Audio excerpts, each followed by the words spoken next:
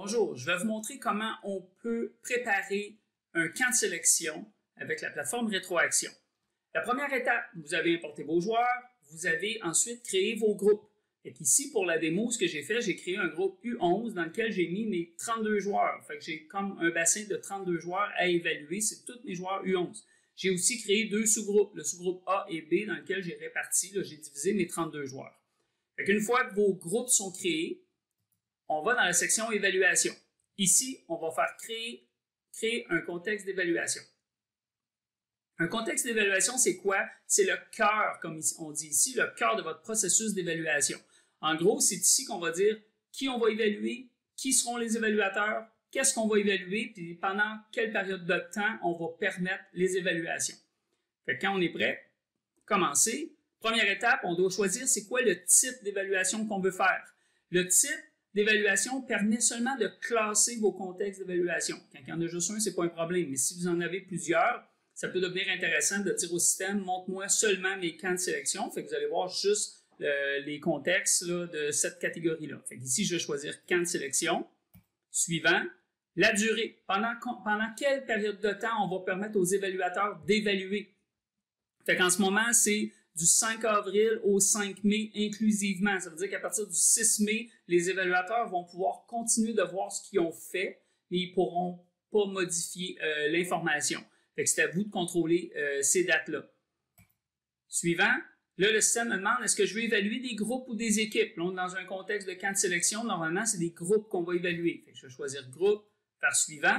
Le système me montre tous les groupes qui sont disponibles pendant cette période d'évaluation-là qu'on a mis, ça veut dire le prochain mois. Puis là, je dois choisir les groupes que je veux évaluer. Je pourrais choisir les groupes A, B, C, D si j'en avais plusieurs, ou seulement le groupe U11 complet, parce que c'est les mêmes joueurs qui se ramassent dans les autres sous-groupes. Je vais choisir juste le groupe U11 complet. Si jamais votre groupe ne se retrouve pas là, vérifiez que vous n'avez pas mis des dates sur les groupes, parce que si vous avez mis un groupe qui est disponible, par exemple, jusqu'au 15 avril, nous, les évaluations, on a dit que ça allait jusqu'à début mai. Si le groupe n'est pas disponible et actif pendant toute la période d'évaluation, il ne sera pas proposé ici. Vous choisissez les groupes, on fait suivant.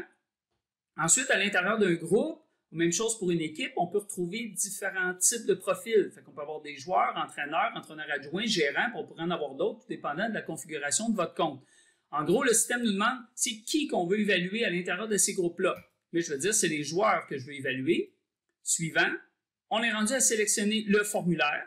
Mais je vais choisir mon formulaire de camp de sélection. Vous pouvez en avoir différents. Il peut en avoir différents aussi par catégorie. Sauf que celui qu'on va appliquer là va être utilisé pour tous les contextes qu'on va créer dans cette séquence-là. Je vais choisir mon formulaire de camp de sélection.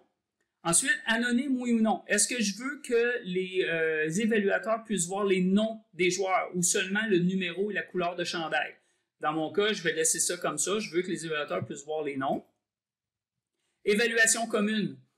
Par défaut, c'est non. Ça veut dire que chaque évaluateur travaille de son côté à évaluer tous les joueurs.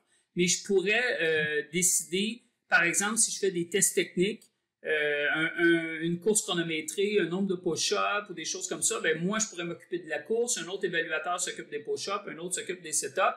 Qu'on travaille tous ensemble pour remplir une fiche d'évaluation par joueur. Là, je prendrais le mode évaluation commune. Mais dans le cas où moi, présentement, mon camp de sélection, c'est toutes des questions à choix de réponse où je dois donner une note sur chaque critère pour chaque joueur, je vais dire évaluation commune à non. Une évaluation par activité, ça aussi, par défaut, c'est à non. Ça veut dire que l'évaluateur va pouvoir évaluer n'importe quand pendant la période d'évaluation qu'on a mis. Si je dis une évaluation par activité, je force l'évaluateur à créer une nouvelle évaluation à chaque activité. Une activité, c'est quoi? C'est dans l'horaire, ça veut dire que ça peut être une séance d'évaluation, une pratique, une partie, n'importe quoi. Mais ça veut dire qu'à chaque fois que l'évaluateur va arriver à une activité, il va pouvoir évaluer, mais il repart d'une page blanche. Ce mode-là est utilisé quand votre formulaire est très court, peut-être une ou deux questions, ça dépend, vous avez le plein contrôle, vous pouvez faire ce que vous voulez, mais souvent, on demande à l'évaluateur de redonner une nouvelle note à chaque fois qu'il va voir le joueur en action. Fait que moi, je vais dire non. Je veux que mon évaluateur puisse commencer à évaluer lors de la première séance. Quelques jours après, il revoit les joueurs, ben, il va repartir de où il était rendu. Il va pouvoir modifier même ce qu'il avait déjà fait puis compléter s'il n'avait pas eu le temps de le faire. Le classement, c'est que par défaut, un évaluateur a seulement la liste des joueurs puis il répond aux critères. Mais il n'a pas accès au classement. Mais on peut lui donner accès à son propre classement. Fait que si lui, il évalue les joueurs, ben après ça, il va être capable de dire « OK, ben je veux voir mon classement », puis ça va classer ses joueurs en fonction des notes, là, des règles de pointage qui ont été attribuées. Fait qu'ici, moi, je vais dire « Suivant ». On révise l'information. Camp de sélection, telle date à telle date. Camp de sélection, on va créer un contexte pour les joueurs, puis les évaluateurs vont pouvoir consulter leur classement. On fait créer. Notre contexte est créé ici.